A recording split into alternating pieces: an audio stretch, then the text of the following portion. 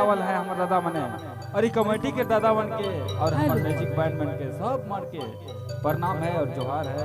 हम ही के बोला ले उनके सबके धन्यवाद है। हेलो हेलो हेलो हेलो धीरे की चंदी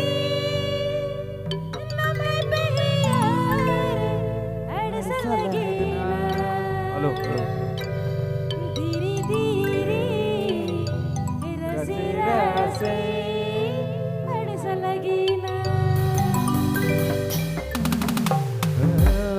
हेलो